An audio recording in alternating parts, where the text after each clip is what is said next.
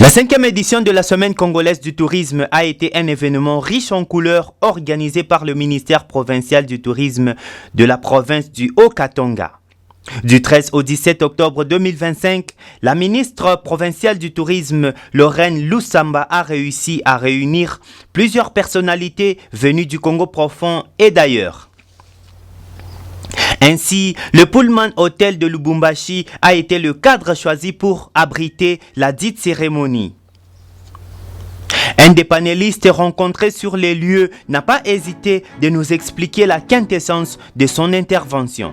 La province du Kasaï oriental est composée de 5 territoires dont son chef-lieu est la ville de Mbujiba. Parmi les 5 territoires, nous avons les territoires de Chilenge, territoire de Miabi, territoire de Lopatabata et les territoires de Kata. Du lac Mungamba,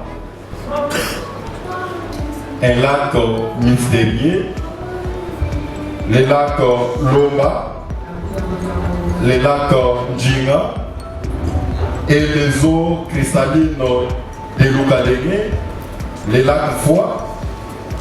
Et parmi les potentiels naturels, nous voyons aussi la grotte de Kabaye-Kamwana. Mais il suffit de vous dire que cette province regorge un potentiel. Moi, c'est Gaston Katamba Kabeya, ministre provincial en charge du tourisme, province du Kasaï oriental. Oui, dans ce cadre, nous saluons d'abord l'organisation de cette 5e édition de la Semaine congolaise du tourisme, parce que le tourisme ne se fait pas seulement au niveau national, mais notre pays vraiment a 145 territoires, qui veut dire 145 destinations touristiques.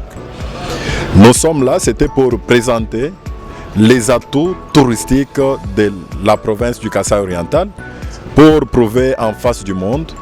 Aujourd'hui, on est en train de parler et considérer la RDC comme le cœur de l'Afrique.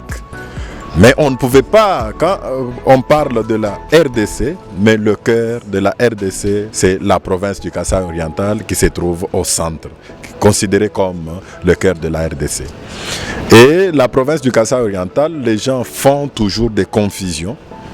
Ils disent toujours que cette province est considérée comme la capitale mondiale du diamant, en oubli du Kasaï oriental, qui est comme le cœur de notre pays. Merci beaucoup, messieurs les journalistes. À noter que la République démocratique du Congo regorge en son sein plusieurs sites touristiques qui nécessitent des bonnes infrastructures afin de renforcer tant soit peu son budget, mais également une destination incontestée à tous ceux qui voudront investir aux côtés du gouvernement congolais dans le dit secteur.